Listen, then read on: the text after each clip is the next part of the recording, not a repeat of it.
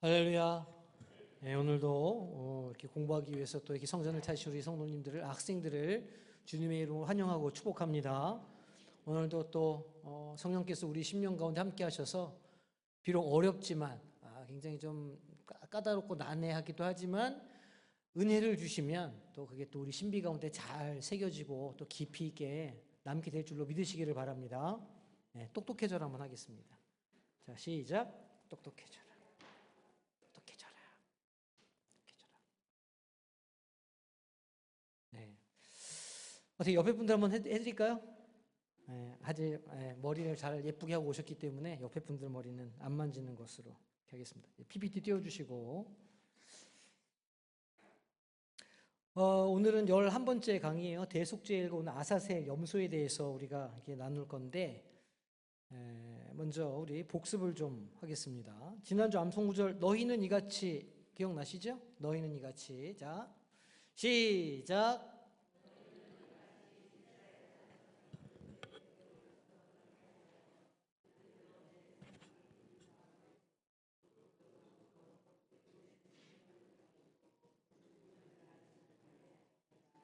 아멘. 예, 잘 외워주셨습니다. 지난주에 우리가 했던 얘기가 있는데 좀 복습을 좀 해볼게요. 1장에서 7장까지가 제물을 드리는 방법에 대해서 이제 우리가 얘기를 했었는데 1장에서 5장까지는 누가 제물 드리는 거에 대해서 우리 얘기했었죠? 백성들이. 그리고 6장, 7장은 제사장이 제사를 드리는 방법에 대해서 우리가 다뤘습니다. 그리고 8장에서는 제사장 위임 제사가 나왔었는데 세 가지였어요. 그죠? 씻기고 입히고 바르고. 예. 그죠?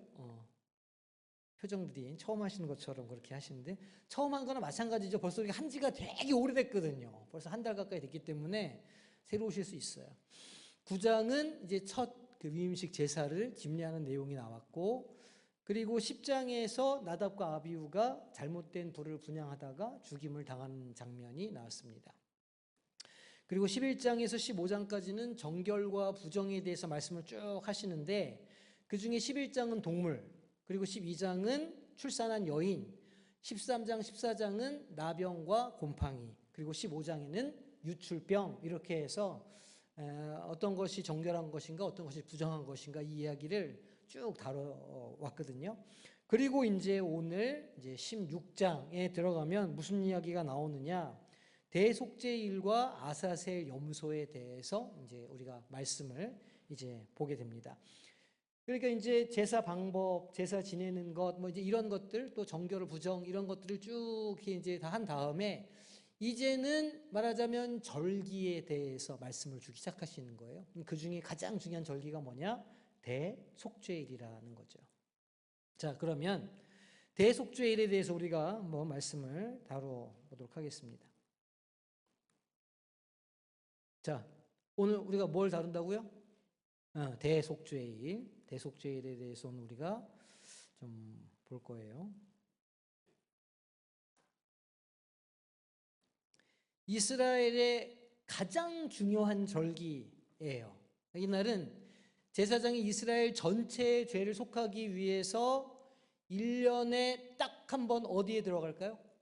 제가 여러 번 말씀드렸죠. 지성소에 들어가서 하나님께 제사를 드리는 날이에요.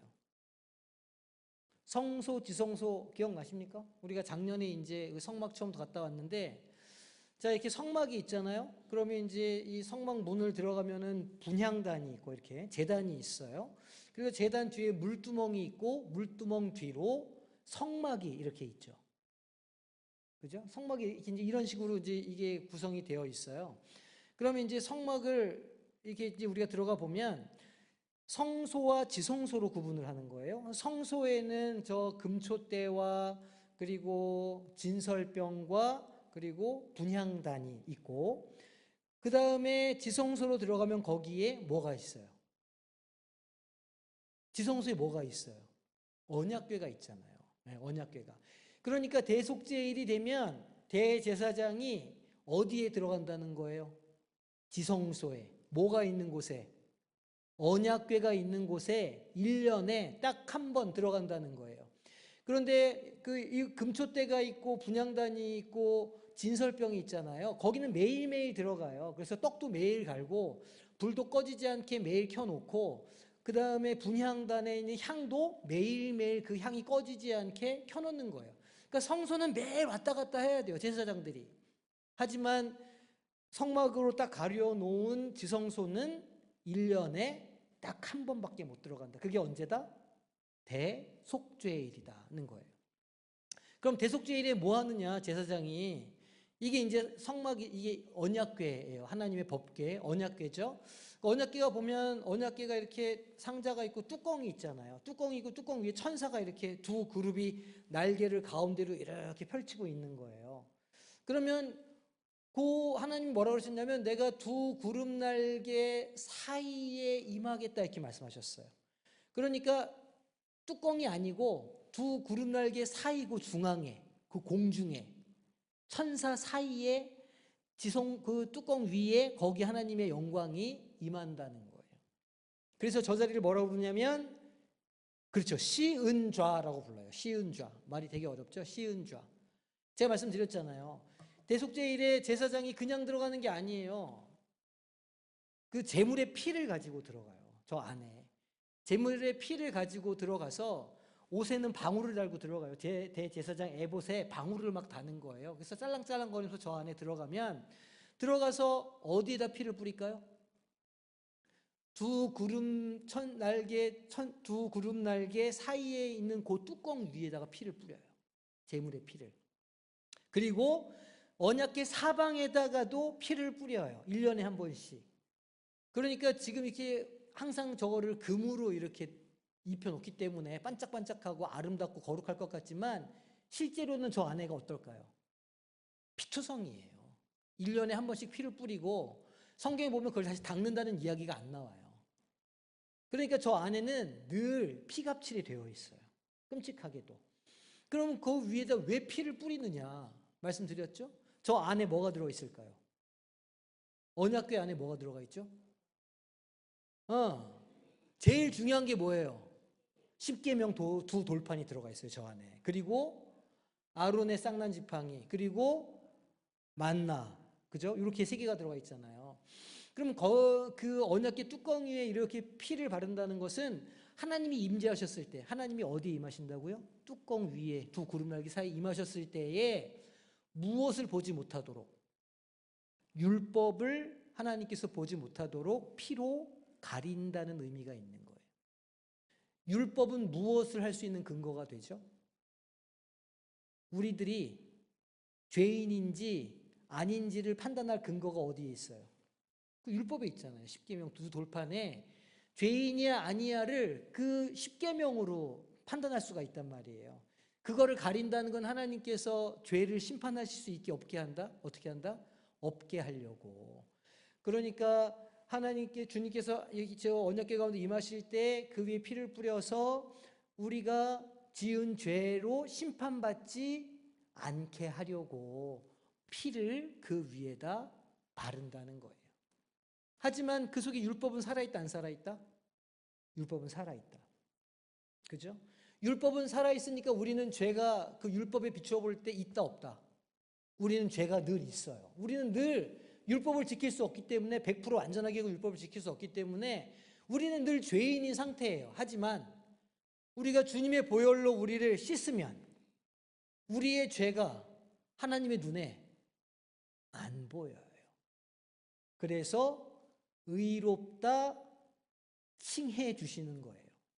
그걸 뭐라고 부른다고요? 그렇죠. 칭의. 이제 이 정도 하시면 졸업하셔도 돼요. 신학교 한 2학년 정도까지 이제 다 마치신 것 같아요. 그게 칭이라고 부르는 거예요. 그러니까 이 구약의 제사 제도를 보면 예수님께서 왜 우리 가운데 오셔서 피 흘려서 죽으셔야만 했는가를 우리가 잘 이해할 수가 있는 거죠. 요런 구조로 돼 있다는 거예요. 1년에 딱 한 번 온 백성의 죄를 사하기 위해서 대제사장이 한 번 지성소 안에 들어간다는 거예요. 그게 하나님께 제사를 드리는 날이라는 거죠. 자, 레위기 16장 2절을 보니까 여호와께서 모세에게 이르시되 내 형 아론에게 이르라. 앞에 구절들을 보면 뭐라 그러냐면 모세와 아론에게 이르시되 이렇게 계속 말씀하시거든요. 이 앞에까지는 15장까지는 모세와 아론에게 계속 말씀하셨어요. 근데 16장 딱 넘어오면 누구한테 말씀하시는 거예요? 모세에게 말씀하셨어요. 무슨 말이냐? 이 16장의 이 대속죄의 일은 하나님께서 제사장에게 주시는 말씀이라서 그래요. 대제사장이 드려야 하는 말씀이기에 하나님께서 모세를 통해서 주시는 거예요. 그러니까 이 이전까지 15장까지의 말씀은 무슨 얘기냐면 백성들한테 주시는 말이었다는 거예요. 15장까지는 하나님께서 모세와 아론을 통해서 그 백성들에게 주신 율법이구나 이렇게 이해하면 되고, 16장은 모세를 통해서 대제사장에게 주시는 말씀이다 그렇게 생각하시면 돼요. 성소의 휘장 안 법궤 위 속죄소 앞에 아무 때나 들어오지 말아라. 그리하여 죽지 않도록 하라. 아무 때나 들어오면 어떻게 된다는 거예요? 죽는다는 거예요. 그 대속죄의 일에도 백성이 뭔가 죄를 고백 안 하고 제사장이 스스로가 정결치 않으면 그 대속죄의 일에 그 안에 들어가서 제사장이 어떻게 될까요? 죽어요. 짤랑짤랑거리는 소리가 나야 되는데 쨍그랑 하고 소리가 탁 멎어요. 그러면 그 안에서 죄 때문에 죽은 거예요. 끌어내야죠. 무섭죠. 무서워요. 하나님의 심판은요 무섭습니다. 이는 내가 구름 가운데에서 어디 위에? 속죄소 위에. 그 뚜껑이 속죄소거든요. 거기 피를 뿌리거든요. 그 속죄소 위에 임하시기 때문에. 그래서 그 속죄소 위에 하나님께서 임하시면 거기 하나님의 영광의 연기가 쫙 올라가요. 불기둥 구름기둥이 그 하나님의 임재로부터 시작되는 거거든요. 상징으로. 그러니까 그게 무슨 뭐 향단의 연기가 올라가거나 무슨 뭐 이런 게 아니고 하나님의 임재가 거기 있을 때에 그 현상으로 구름과 불이 같이 섞여서 나타나는 거예요. 낮에 보면 불이 안 보이지만 밤에 보면 구름 속에 불이 보이는 거죠. 구름 기둥과 불 기둥이 따로 있는 게 아니고 불과 구름이 함께 올라가요. 그래서 낮에는 불이 안 보이지만 밤에는 구름 안에 있는 불이 보인다. 속죄소 위에 나타나신다는 거예요. 자, 그리고 레위기 16장 29절을 보니까 너희는 영원히 이 규례를 지킬지니라. 언제요? 7째 달 곧 그 달 10일에. 며칠이라는 거예요? 7월 10일. 7월 10일에 너희는 스스로 괴롭게 하고 아무 일도 하지 말되 본토인이든지 너희 중에 거류하는 거류민이든지 그렇게 하라. 대속죄의 일은 며칠이다? 7월 10일이다. 새해가 7월 1일이거든요. 그들의 달력으로는 새해가 7월 1일인데 우리 양력으로 따지면 대충 날짜가 9월에서 10월 왔다 갔다 하거든요. 첫 추수 때가 이 사람들에게는 새해예요. 나팔절이 언제냐? 7월 1일이에요.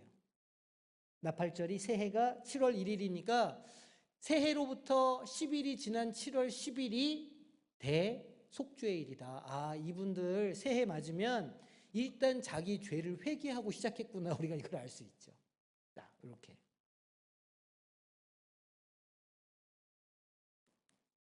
이날은 이스라엘 공동체가 하나님 앞에서 무엇을 자백하는 날일까요? 죄를. 언제 지은 죄를.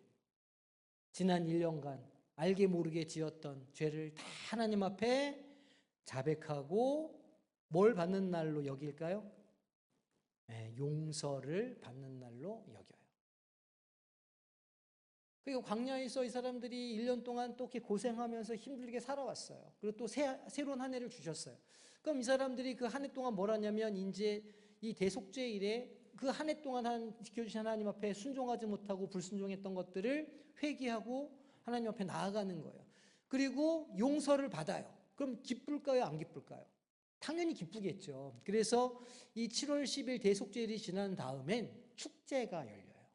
지금도 유대인들은 이 대속죄일을 딱 넘어가면 축제 기간을 쫙 갖습니다. 일주일 정도.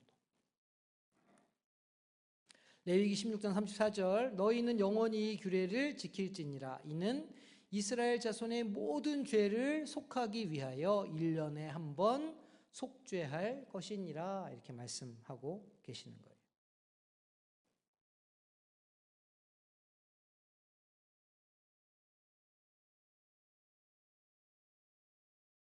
자, 그러면 대속제일의 제사를 어떻게 드렸을까? 절차가 어떻게 되었을까를 보겠습니다. 자, 먼저 이제 제사장이 준비를 해야 되겠죠? 이 말씀을 누구한테 주는 거였다고요? 대제사장에게 주는 말씀이었잖아요. 그러니까 제사장이 준비를 잘 해야 돼요. 대속제일의 제사는 제사장이 자신과 가족을 위한 무엇을 드려야 될까요? 속죄제를, 자기와 자기 가족들이 지었던 죄를 먼저 사함을 받는 것으로 시작돼요. 당연히 그렇겠죠. 그 백성들의 죄를 대속하기 위한 역할을 해야 되는 대제사장이 본인이 죄인이면 안 되는 거예요. 당연히 자기의 죄를 먼저 하나님 앞에 회개하고 고백해야 자격이 생기는 거예요. 너무 당연한 얘기죠. 레위기 16장 3절, 아론이 성소에 들어오려면 수송아지를 속죄 제물로 삼고 순양을 번제물로 삼아라. 수송아지와 순양을 제물로 드린다는 거예요. 제일 비싼 제물이죠. 제일 비싼 제물이에요. 이걸로 번제물을 삼으라는 거예요. 로마서 3장 10절 보니까 기록된 바 의인은 없나니 하나도 없다 이렇게 말씀하고 있어요. 지금도 마찬가지죠. 지금도 의인은 하나도 없어요. 자기 스스로 의롭게 될 수 있는 인간은요, 이 땅 가운데 존재하지 않아요. 누구나 다 흠이 있고 누구나 다 실수를 하고 누구나 다 본성에 이끌려 살아가요. 이 땅에서 살아가는 모든 인간의 조건이에요. 죄를 지을 수밖에 없는 거죠. 죄를 지어서 죄인이 된 게 아니고 죄인이기 때문에 죄를 짓는 거예요. 죄인이기 때문에 악한 본성이 있어서 죄를 지을 수밖에 없는 존재가 인간이라 나다 이렇게 이해하시는 게 맞는 거예요. 그러니까 대제사장이라고 아무리 자기 잘난 사람이더라도 하나님 앞에 나아갈 때는 뭐 해야 된다는 거예요? 자기 죄를 회개해야 된다는 거예요. 예수 그리스도의 보혈을 의지해서 나아갈 수밖에 없다는 거예요. 담임 목사도 그렇고 교회 오랫동안 헌신 봉사한 우리 장로님 권사님들도 그렇고 무슨 어디 총회장 무슨 어떤 사람이 와도 그 어떤 사람도 하나님 앞에서 자기 의로 거룩할 수 있는 사람은 하나도 없어요. 이 세상 가운데. 우리는 모두 죄인일 따름이다는 걸 기억하셔야 돼요. 제사장은 성결하게 자신을 준비해요. 그렇게 하고 정결한 뭐를 해야 될까요? 정결한 옷을 입어야 돼요. 그게 뭐였어요? 기억하세요? 입히고 할 때 뭘 입혔어요? 세마포, 흰색 세마포. 요즘 말로 하면 그게 뭐라고요? 린넨이라 그죠? 이 린넨을 입어야 돼요. 옷을 입어야 돼요. 그래서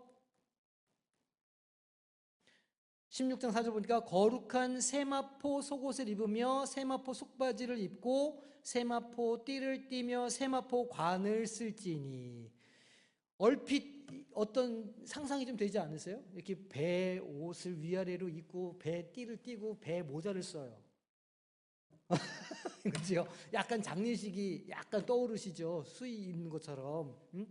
근데 사실은 그건 이제 우리 동양적인 생각이고 이 당시에는 가장 하얀 옷이 세마포였던 것 같아요. 그러니까 세마포로 옷을 입으면 그게 하얗기 때문에 그게 이제 거룩함과 성결을 상징하는 옷감이었던 거예요. 그래서 세마포를 입고 그 다음에 세마포가 시원하잖아요. 그죠? 그러니까 이제 그 지역에서는 그게 가장 흔하게 이렇게 시원하게 입을 수 있는 옷이었기 때문에 이렇게 세마포를 특별히 이렇게 의식적으로 사용했던 것 같아요. 그래서 거룩한 옷이라 물로 그의 몸을 씻고 입을 것이며 씻기고 입히고 그리고 마지막 하나가 뭐였어요? 붓고. 뭘 부었죠? 제사장 세울 때 관유는 유향에다가 4가지 약초를 타가지고 좋은 향이 나도록 만든 관유고 그 관유가 그 성소에서 7 촛대 그 촛대에 불을 붙일 때 쓰는 기름이 그 관유예요. 그거를 쓰는 것이고 그 관유는 무엇을 상징한다? 성령을 상징한다. 성경에 나오는 기름은요 거의 성령을 상징하신다고 보면 맞을 겁니다. 그래서 입어야 하며 세마포를 제사장만 입느냐? 아니에요. 계시록 7장 9절 보니까 각 나라와 족속과 백성과 방언에서 아무도 능히 셀 수 없는 큰 무리가 나와서, 요한이 이제 마지막 날 환상을 보는 거예요. 우리가 새벽에 계시록을 보고 있지만 7장은 앞에 있는 일곱 가지, 그러니까 6가지의 재앙이 끝난 이후에 하나님의 백성들이 모여서 찬양하는 장면이 거기 잠깐 등장하거든요. 거기에 보니까 온 나라, 온 열방 가운데 있었던 하나님을 믿고 하나님을 경배하던 사람들이 나오는데 다 뭘 입고 있다는 거예요? 흰 옷을. 그게 무슨 옷이었을까요? 세마포 옷이. 그러니까 이 신약 시대의 모든 성도들은 뭘 입어야 된다는 거예요? 하나님 앞에 나아갈 때 세마포 옷을 입어야 된다는 거예요. 그러니까 린넨으로 만든 옷을 입으시라는 얘기가 아닌 거 아시죠? 그런 이야기가 아니라 거룩함으로 옷 입으라. 그래서 바울 사도는 그리스도로 옷 입으라 이렇게 말하잖아요. 그러니까 예수 그리스도로 옷 입으라는 거예요. 다른 말로 하면 보혈로 씻어라. 자기를 정결하게 씻고 예수 그리스도의 보혈로 씻는 사람이 예수 그리스도로 옷 입는 사람인 거예요. 그걸 또 다른 말로 좀 바꿔보면 자기 본성을 쳐서 주님의 말씀에 복종시키는 사람이, 그런 사람이요, 성령 앞에 순종하며 살아가려고 애쓰는 사람이 거룩한 사람이라는 거예요. 종려가지를 들고 보좌 앞과 어린 양 앞에 설 수 있다. 어떤 사람이? 흰 옷을 입은 사람, 세마포 옷을 입은 사람이 구원받은 사람들이더라. 그게 신약 교회의 우리들이더라. 그런 얘기입니다. 할렐루야. 옷 입을 때 린넨을 많이 입으시기를 바랍니다. 자, 그래서 지성소에 들어가서 거룩하게 자기를 정결하게 한 다음에 지성소에 들어가서 속죄의식을 집행하는 거예요. 속죄의식이 무엇이었냐? 아까 제가 설명드렸던 거, 피를 속죄 그 시은 자 밑에다가 뿌려서 하나님께서 보지 못하시도록 하고 사방에 피를 뿌린다. 이제 그렇게 그 의식을 집행했다는 거예요. 자, 그러면 그게 끝이냐? 아니에요. 그렇게 하고 나와서 이제 염소 2마리를 딱 이제 선택하는 겁니다. 속죄 염소, 제비를 통해서, 그러니까 2마리 염소를 가져와요. 누가 가져올까요? 2마리 염소를. 제사장이 가져올까요? 아니에요. 제사장은 염소도 소도 없어요. 아까도 제사장이 송아지와 숫 양을 드렸잖아요. 그건 누가 가져온 걸까요? 그것도 백성들이 가지고 온 거예요. 백성들이 제사장이 제물로 갖고 챙겨서 놓은 거고, 이 2 염소도 백성들이 챙겨온 거예요. 왜냐하면 지금 누구의 죄를 지금 이제 속하는 거예요? 백성들의 죄를 속하는 의식을 계속 해야 되기 때문에 제비를 통해서 2마리 염소 중에 하나는, 한 마리는 하나님께 드려지는 속죄 제물로 쓰고,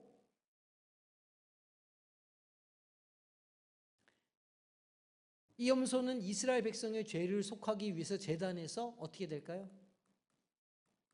희생돼요. 그러니까 한 마리는 속죄 제물로 제단에서 예배드리는 데 써요. 하나님 앞에 거룩한 향기를 내서 번제물로 싹 태워요. 그래서 이제 희생 제물로 쓰는 거예요. 그러면 다른 염소 한 마리는 어떻게 되느냐? 2번째 염소는 무슨 염소라고 부르냐면 아사셀 염소라고 불러요. 히브리어거든요. 이게 아사셀 염소. 그래서 2번째 염소는 아사셀을 위하여 광야로 보내지는 염소로 선택해요.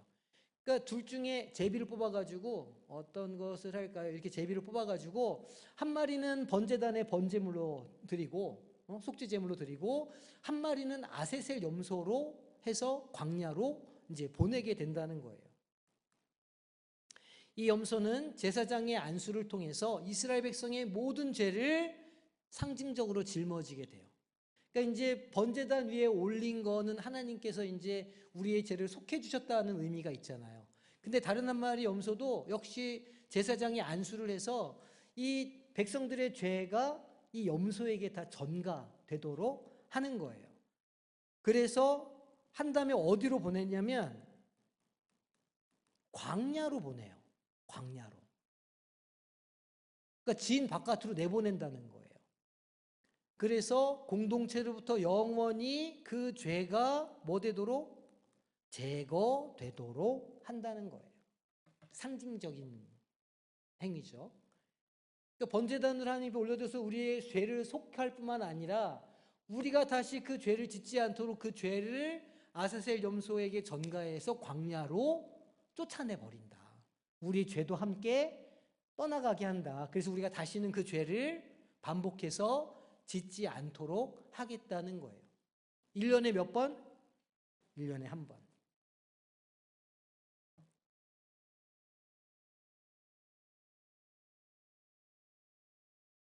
자, 그러면 아사셀 염소가 어떤 의미가 있는 건지를 우리가 좀 보겠습니다. 아사셀이라는 이름이 있는데 아사셀은요, 무슨 뜻이냐면 벗어나다, 보내다 이런 뜻이 있어요. 제거하다. 그러니까 거기로부터 벗어나다. 어떤 것들을 다른 데로 보내다, 없애다, 제거하다 이런 뜻이 아사셀이라는 뜻이니까 그러니까 아사셀 염소는 제거하는 염소, 없애는 염소, 벗어나는 염소, 보내는 염소 이제 이런 의미가 있는 거예요. 이 염소가 이스라엘 백성의 죄를 제거하는 역할을 한다는 그런 의미가 이 아사셀 염소의 이제 그 이름 뜻에 담겨 있어요. 그러니까 공동체로부터 죄를 뭐 한다고요? 죄를 물리적으로 그리고 영적으로 제거하는 상징적인 역할을 하는 거예요.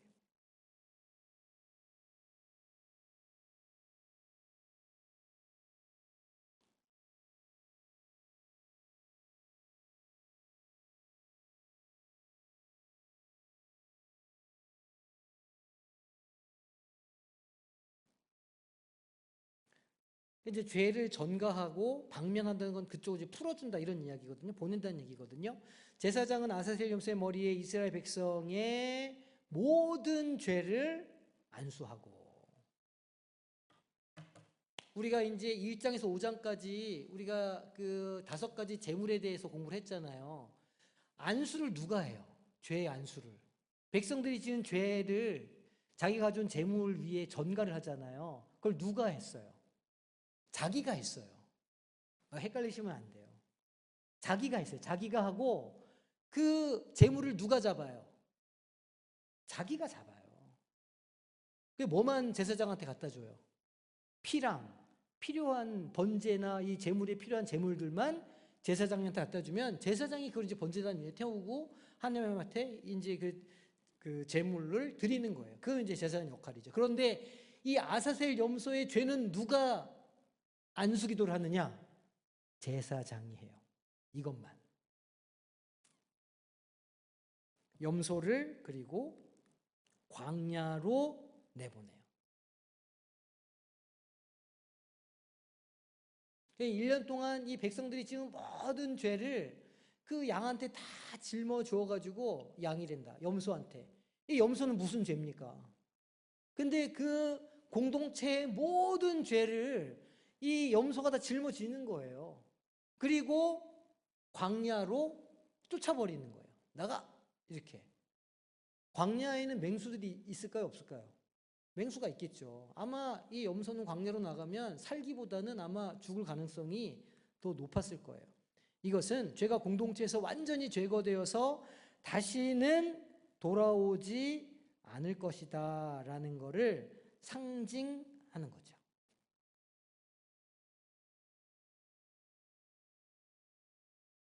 왜 이렇게 복잡하게 하느냐? 하나님의 은혜로 죄가 사라지고 용서받았다는 것을 알려주고자 하는 거예요. 가르쳐주는 거예요. 말하자면 교육적인 의미가 여기에 담겨 있어요.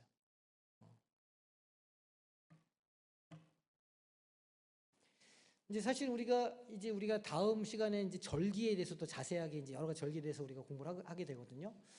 근데 이제 신약 시대 예수님께서 승천하시고 초대교회 그리고 중세를 지나면서 개신교에 막 절기들이 생겼어요. 그래서 이제 우리가 지금도 이제 대림절을 지나고 있지만 대림절을 또 이렇게 각각 4주를 이렇게 나눠가지고 소망, 평화, 기쁨, 사랑 뭐 이런 식으로 막 그렇게 이름 붙여놓고 또 여기 지나가면 주님께서 우리 가운데 인간의 몸으로 오셨다는 것을 기념하는 주현절이에요. 매년 1월 6일이 주현절이어서 우리 개신교는 주현절 예배를 따로 드리진 않지만 많은 세계 교회들이 주현절 예배를 따로 드려요. 평일에 1월 6일 날. 항상 주현절 예배는 1월 6일이거든요.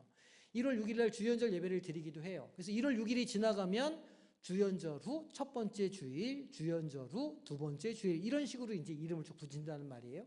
그러니까 주현절을 지키고 또 지나다가 보면 고난주간이 오고 부활주일이 오고 막 이제 이렇게 절기를 만들어 놨잖아요.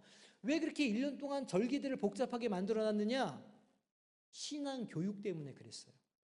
그 당시 이 중세 시대 때는 글을 읽을 수 있는 사람이 없잖아요. 글도 못 읽고, 그리고 교육이라는 거를 받지를 못하는 시대였잖아요.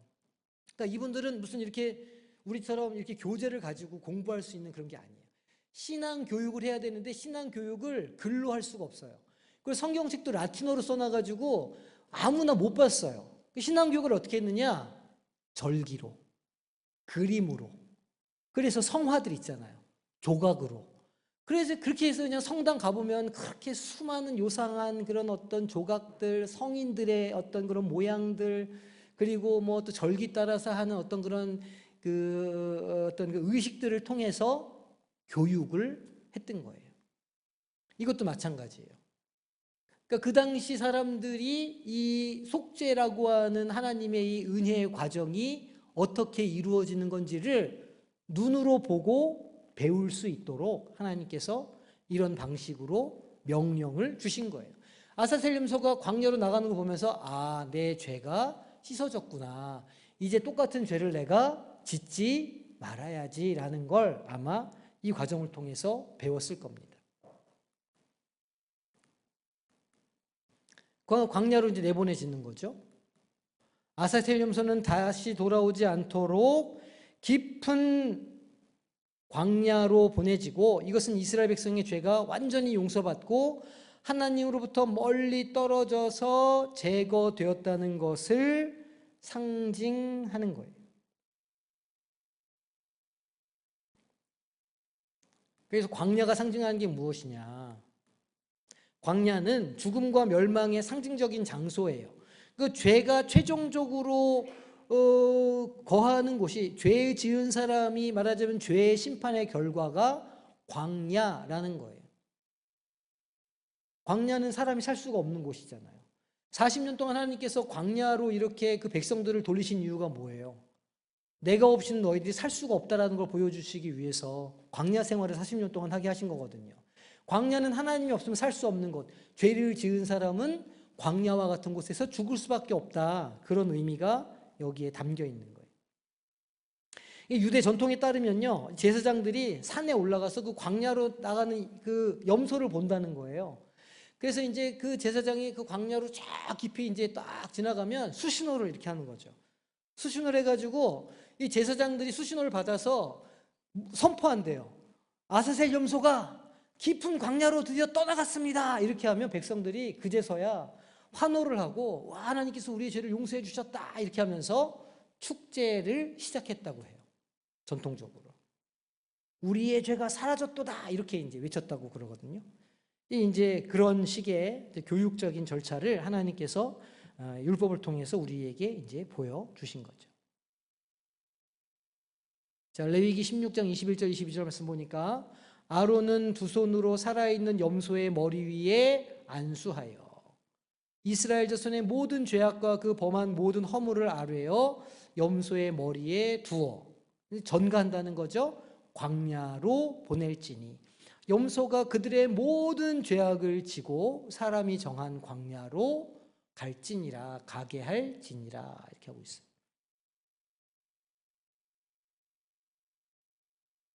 그러면 이제 이게 신약의 예수님에게 어떻게 우리가 이해하고 적용할 수가 있는가?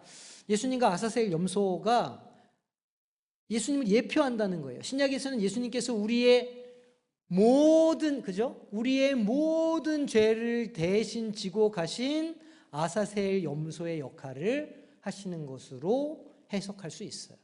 아사셀 염소가 예수 그리스도를 예표한다 할 수 있겠죠.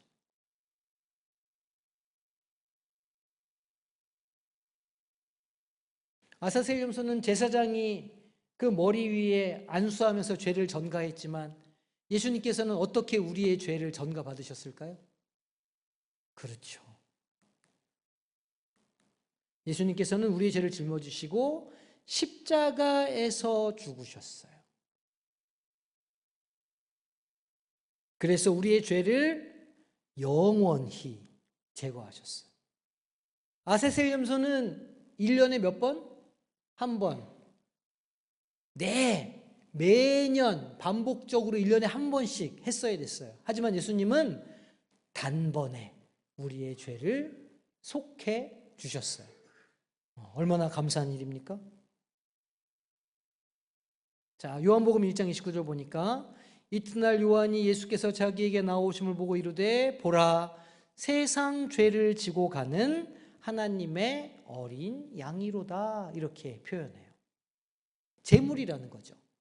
세상의 모든 죄를 지고 있는 어린 양이다 말하고 있어요.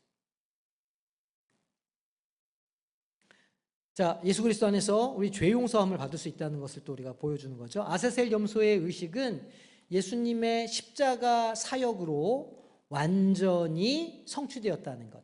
그러니까 구약의 율법 중에 굉장히 중요한 게 대속죄일 율법인데 이 율법이 예수 그리스도로 인해서 다시 그것이 들어질 필요가 없이 성취되었다. 그 율법이 그것으로 완전히 끝났다. 그런 의미예요. 십자가 사역으로 완전히 성취되었다는 것. 신약에서는 예수님의 희생을 통해서 모든 죄가 사라지고 믿는 자들은 하나님과 화목한 관계를 유지할 수 있게 됐죠. 아까도 얘기했지만 죄가 있는 상태에서 하나님이 임재 앞에 나아가면 어떻게 돼요? 대제사장이라도 그냥 죽는 거예요. 백성들이고 뭐 그 아들들이고 하나님이 인정사정 없으신 거예요. 그 뭐 제사장 아들이고 뭐가 없어요. 잘못하면 나답과 아비후도 죽고 언약궤 이렇게 옮기다가 잘못해서 손댔던 사람들도 죽고 무서운 분이신 거예요. 하나님은 죄 앞에서 양보가 없으신 분이에요. 그러니까 우리는 하나님과 관계를 맺을 수 있는 존재가 아니죠. 우리가 얼마나 죄를 많이 짓고 살아갑니까? 입으로 마음으로 몸으로 수많은 죄를 짓고 살아감에도 불구하고 우리가 예수 그리스도의 보혈로 인해서 하나님과 관계를 맺게 되었어요. 그래서 우리가 하나님의 무엇이 되었어요? 자녀가 되는 무엇을 누린다고요? 권세를 누리게 되었다는 거예요. 할렐루야. 너무 감사한 일 아닙니까? 히브리서 9장 28절 보니까 이와 같이 그리스도도 많은 사람의 죄를 담당하시려고 단번에 드린 바 되었고 구원에 이르게 하기 위하여 죄와 상관없이 자기를 바라는 자들에게 두 번째 나타나시리라. 주님께서 재림하시겠다는 거예요. 주님께서 다시 우리 가운데 오시겠다는 거예요.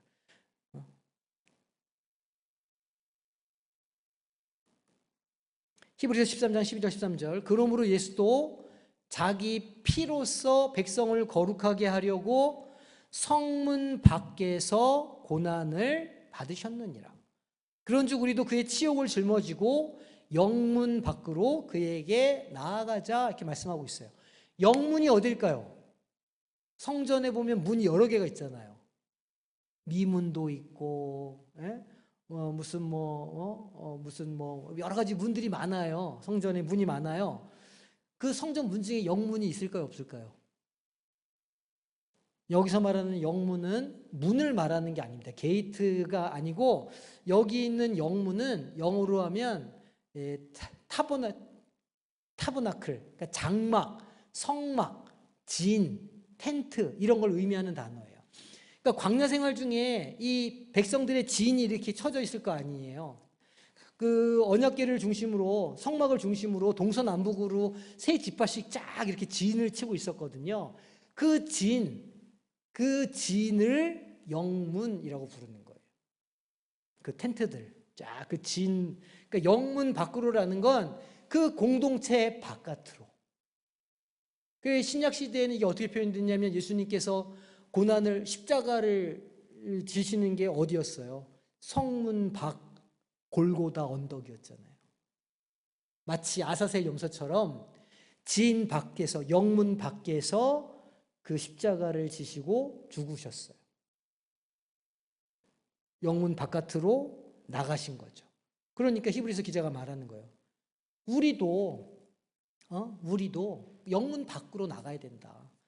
그 공동체의 어떤 연약함들 이런 걸 가지고 하나님을 회개하며 나아가야 된다라는 걸 이렇게 지금 표현해 주고 있는 거예요.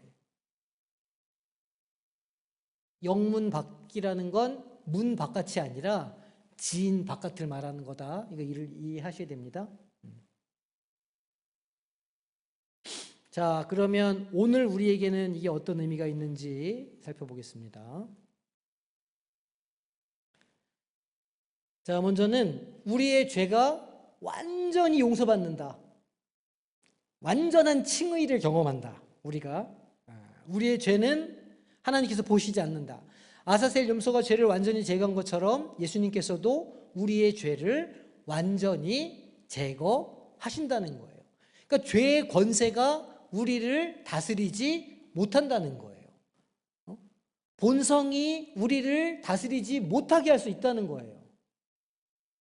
우리는 맨날 본성에 따라 살아가지만 이 땅에서 끝까지 본성과 싸워야 되지만 그러나 우리는 그 본성에 대해서 승리할 수 있다는 거예요. 어떻게 할 때? 성령을 의지할 때. 예수 그리스도를 주님으로 영접하고 보혈을 씻어서 구원을 받게 되면 우리 안에 주님의 영이 임재하시죠. 우리 내면에. 성령이 거하신단 말이에요. 성령이 아니고서는 예수를 주라 고백할 수가 없다고 말하잖아요. 우리는 날마다 예수님을 주님이라고 고백하는 사람들이니까 우리 안에 성령이 계시는 거예요. 그 성령을 의지하면 우리는 이제 본성을 저항해서 본성에 대해서 승리하면서 살아갈 수 있는 존재가 되었다는 거예요. 오늘날의 믿는 자들은 예수님의 희생을 통해서 죄의 용서를 받고 다시는 그 죄를 반복하지 않는 삶을 살아야 된다.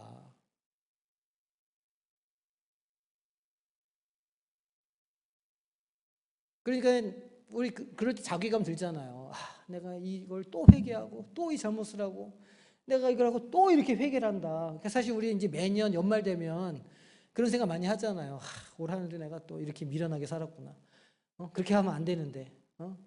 내가 이럴 줄 몰랐나. 후회한단 말이에요. 근데 그렇게 하지 말라는 거죠.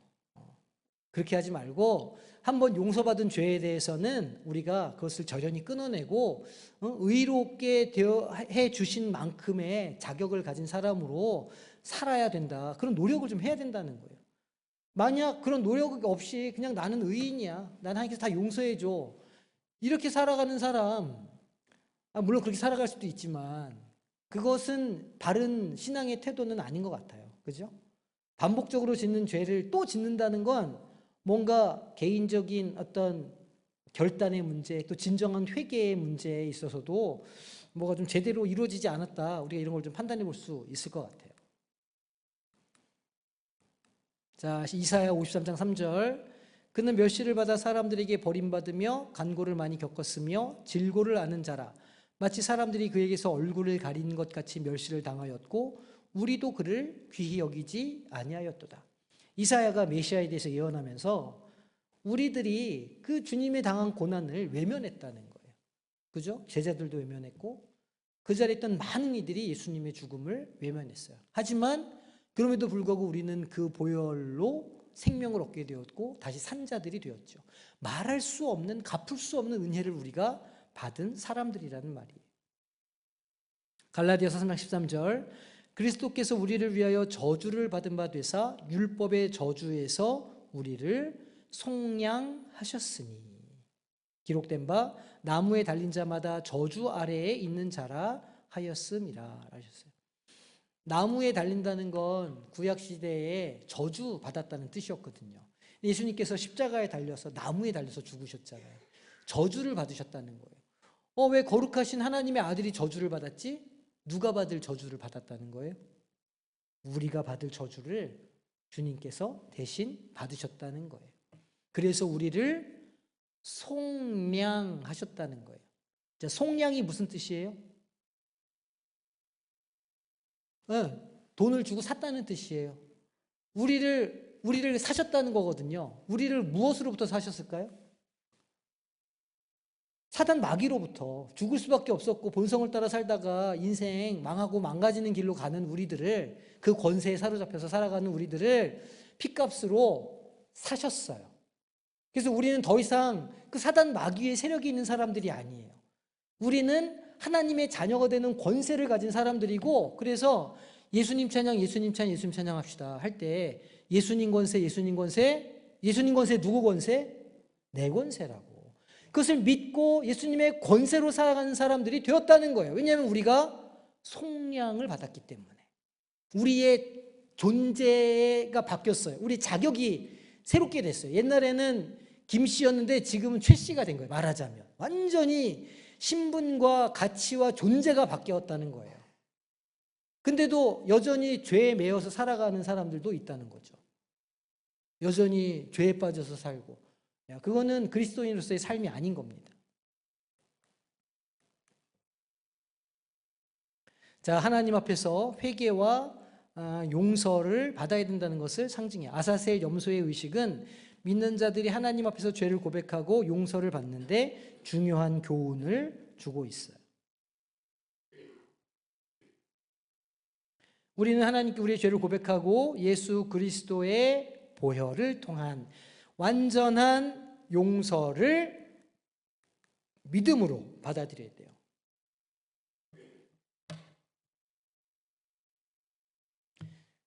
내가 이 죄를 짓지 말아야지, 죄를 짓지 말아야지 하면 뭐를 묵상하는 거예요? 죄를 묵상하는 거잖아요. 내가 이렇게도 잘못했다.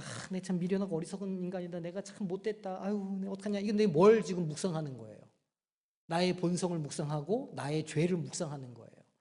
그 생각을 계속하면 우리는 거기에 빠져 있을 수밖에 없어요. 그렇게 하면 안 되고, 내가 하나님 앞에서 구원받은 사람이다. 내가 의인이다. 나에게는 그리스도의 보혈의 능력이 있다.